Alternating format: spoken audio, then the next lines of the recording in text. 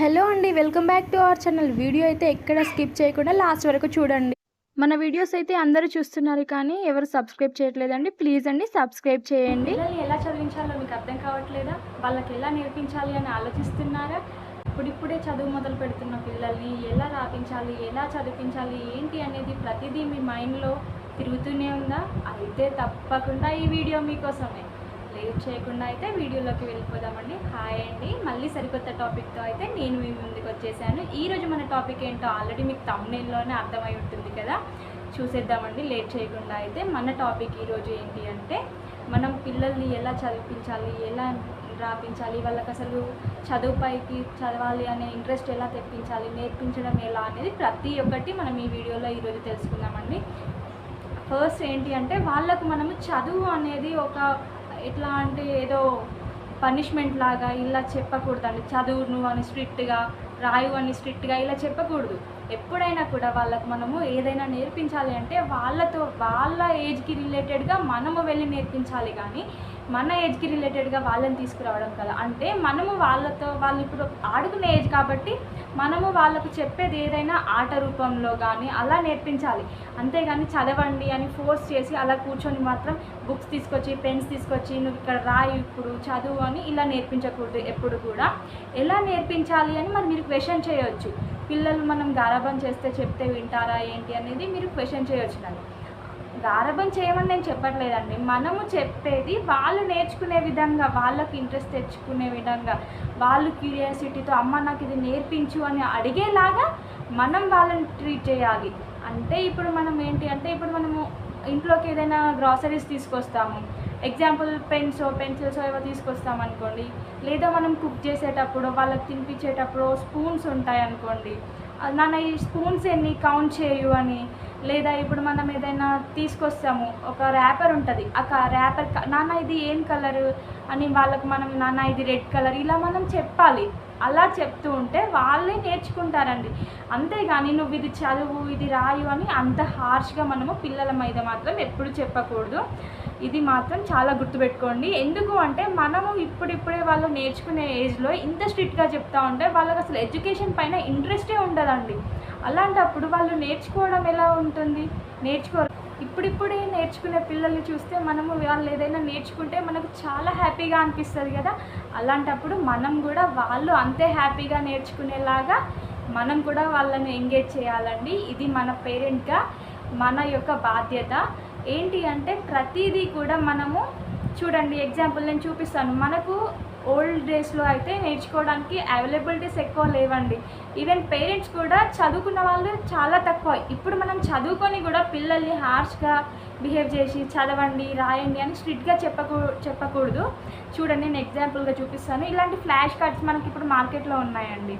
ఇలాంటి ఇప్పుడు చూడండి, పిల్లల కోసమే ఇవి ప్రత్యేకంగా డిజైన్ చేసిన ఫ్లాష్ కార్డ్స్ అండి. చూడండి, ఇప్పుడు ఎగ్జాంపుల్ యాపిల్ అంటే నాన్న ఇది యాపిల్ ఇలా చూపించి వాళ్ళకి చెప్పామనుకోండి, వాళ్ళు నేర్చుకోవడానికి ఎక్కువ ఇంట్రెస్ట్ చూపిస్తారు.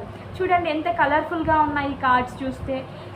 అలాగే మనకి ఇక చూడండి లెటర్స్ కూడా ఇలాగే దొరుకుతాయి. ఇలాంటివి తీసుకోండి మీరు మార్కెట్లో. ఇలాంటివి తీసుకొని పిల్లలకు చెప్తా ఉంటే వాళ్ళకు చెప్పే కొద్దీ వాళ్ళకి నేర్చుకోవాలనే క్యూరియాసిటీ అనేది పెరుగుతూ ఉంటుంది. ఇదొకటే కాదండి, చూడండి ఇప్పుడు మనకి ఇట్లాంటి బోర్డ్స్ పైన ఆల్ఫాబెట్స్ ఇట్లాంటివి కూడా చాలా వరకు దొరుకుతున్నాయండి. చూడండి ఇట్లా దొరుకుతాయి. ఈ ఆల్ఫాబెట్సే కాదు, ఇట్లాంటి నెంబర్స్ కూడా, నెంబర్ కాయిన్స్ కూడా 5 అని 6 అని ఇలాంటి నెంబర్ కాయిన్స్ కూడా మనకు దొరుకుతాయండి. చూడండి ఇట్లాంటివి దొరుకుతాయి మార్కెట్లో. ఇలాంటివి తీసుకోండి. ఇలాంటివి తీసుకొని వాళ్ళకి చెప్పండి, నాన్న ఇది 1 ఇది 2 అని ఇలా చెప్పడానికి ట్రై చేయండి. ఈవెన్ కలర్స్ అనుకోండి, ఇప్పుడు వాళ్ళు ఆడుకునే ఇట్లాంటి టాయ్స్ ఉంటాయి. ఇట్లాంటి టాయ్స్తో వాళ్ళకు నాన్న ఇది రెడ్ కలర్, ఇది గ్రీన్ కలర్, ఇది ఆరెంజ్ కలర్ అని వాళ్ళు ఆడుకునేటప్పుడు మనం వాళ్ళని ఎంగేజ్ చేస్తూ వాళ్ళకి ఇలాంటి టాయ్స్తో కానీ ఇలాంటివి ఏవైనా నేర్పించడానికి ట్రై చేయండి. అంతేగాని మీరు హార్ష్గా మాత్రం ఎప్పుడు పిల్లలకి చెప్పకండి. అలా చెప్తే వాళ్ళు ఎప్పటికీ నేర్చుకోరు. నేర్చుకోవడం విషయం సంగతి పక్కకు పెడితే వాళ్ళకి అసలు చదవాలనే ఇంట్రెస్ట్ రాదు.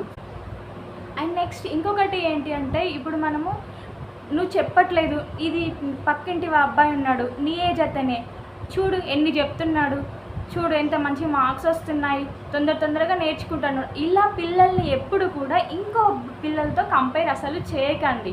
ఎందుకంటే అలా కంపేర్ చేయడం వల్ల పిల్లల్లో మానసికంగా చాలా ఒత్తిడి ఏర్పడుతుందండి. అలా ఎప్పుడు కూడా కంపేర్ చేయకండి వేరే పిల్లలతో. మీ పిల్లలకు ఉండే టాలెంట్ మీ పిల్లలకి ఉంటుంది. అలాంటప్పుడు మీరు వేరే పిల్లలతో కంపేర్ చేయకండి. ప్రతి పిల్లాడు డిఫరెంట్ అండి. ఏ ఒక్క పిల్లాడు కూడా, ఏ ఇద్దరు పిల్లలు కూడా as it is, even twins కూడా సేమ్ అస్సలు ఉండరండి. చూడ్డానికి మీకు లుక్ వైజ్గా సేమ్ ఉంటారేమో, కానీ వాళ్ళ మైండ్ సెట్ మాత్రం చాలా డిఫరెంట్గా ఉంటుంది. ఏ ఇద్దరు పిల్లలు కూడా సేమ్ మైండ్ సెట్తో ఎప్పుడు కూడా ఉండరండి.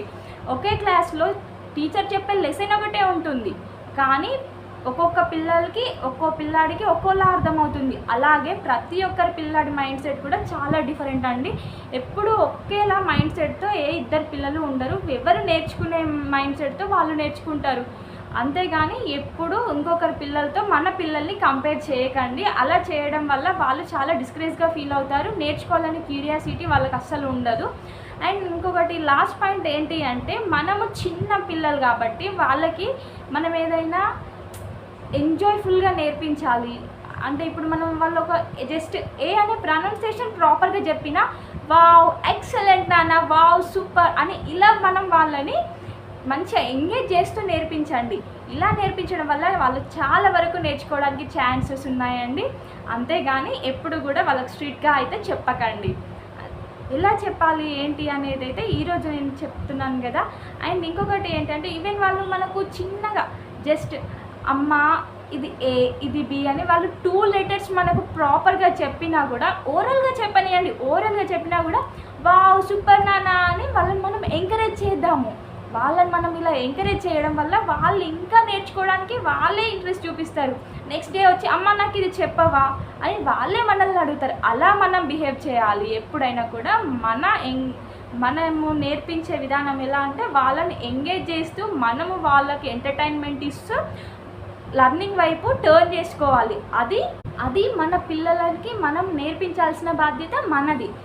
నేనైతే మా ఇంట్లో మా బాబుకి ఇలాగే నేర్పిస్తానండి. ఇవన్నీ కూడా మా బాబు కోసం తీసుకున్న టాయ్సే నేర్పించడానికి.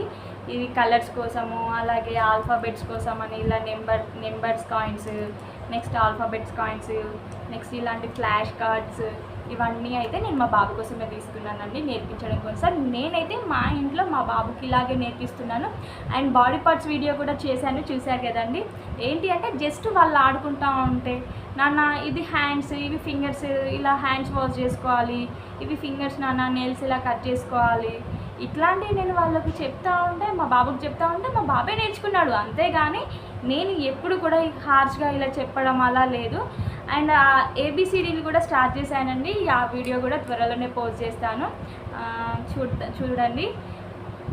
నేనైతే మా బాబుకి ఇలా నేర్పిస్తున్నానండి. మీరు మీ పిల్లలకి ఎలా నేర్పిస్తున్నారు, నేను చెప్పిన విధానం మీకు ఎలా అనిపించింది ఏంటి అనేది ప్రతి ఒక్కటి అయితే కామెంట్ చేయండి. ఇలా పిల్లలు నేర్చుకోవడానికి స్కూల్ కంటే కూడా ఇల్లు అనేది చాలా ఇంపార్టెంట్ ఇస్తుందండి.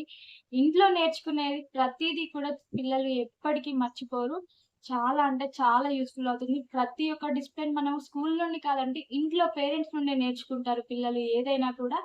కాబట్టి మీరు మీ పిల్లల్ని ఇంట్లోనే మీరే చక్కగా ఇలా ఎంగేజ్ చేస్తూ వాళ్ళకి నేర్పించండి.